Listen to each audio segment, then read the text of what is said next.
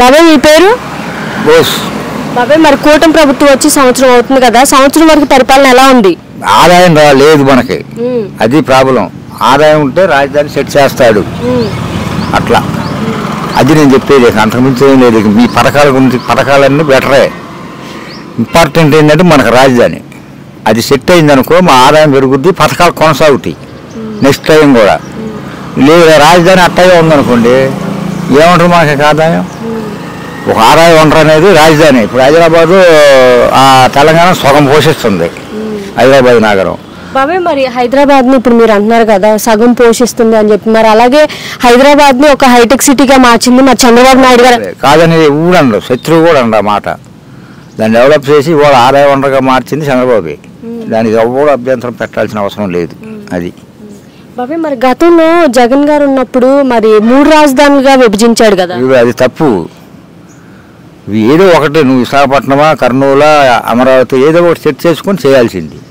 3 రాజధానులు అంటే అది ఒక ఆగమే. ఎక్కడ డెవలప్ చేసినా కానీ రెండో వాళ్ళకి మిగతా వాళ్ళకి బాధ కలుగుద్ది.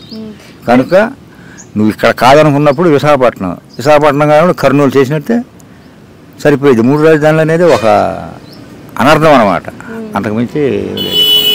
మరి బాబు గారు వచ్చిన తర్వాత మెయిన్ ఇప్పుడు అమరావతి మీద కూడా ఫోకస్ చేస్తున్నారు కదా. ముందు ఇంపార్టెంట్గా 90% ఎక్కడ జరుగుతుంది ఫోకస్.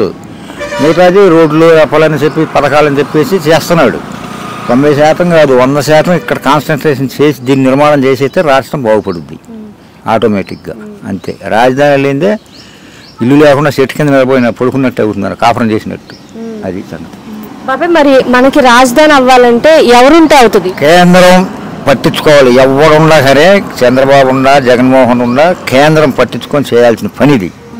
మరి చంద్రబాబు నాయుడు గారు ఈ 5 ఏళ్లలో కంప్లీట్ చేస్తారంటారా? 5 ఏళ్ళు అవదు, కనీసం 25 సంవత్సరాలు పట్టుద్ది.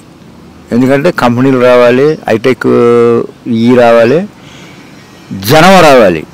జనం వస్తే ఆటోమేటిక్గా ఆదాయం పెరుగుద్ది, జనం వల్ల కంపెనీల వల్ల పెరుగుద్ది. అది బాబాయ్ అసలు గత 5 సంవత్సరాల్లో జగన్ గారు అసలు రాజధాని గురించి ఎందుకు పట్టించుకోలేదు? రాజధాని కానీ దేశం కానీ ఆయన ఎందుకు పట్టించుకోలేదు మనకైతే తెలియదు.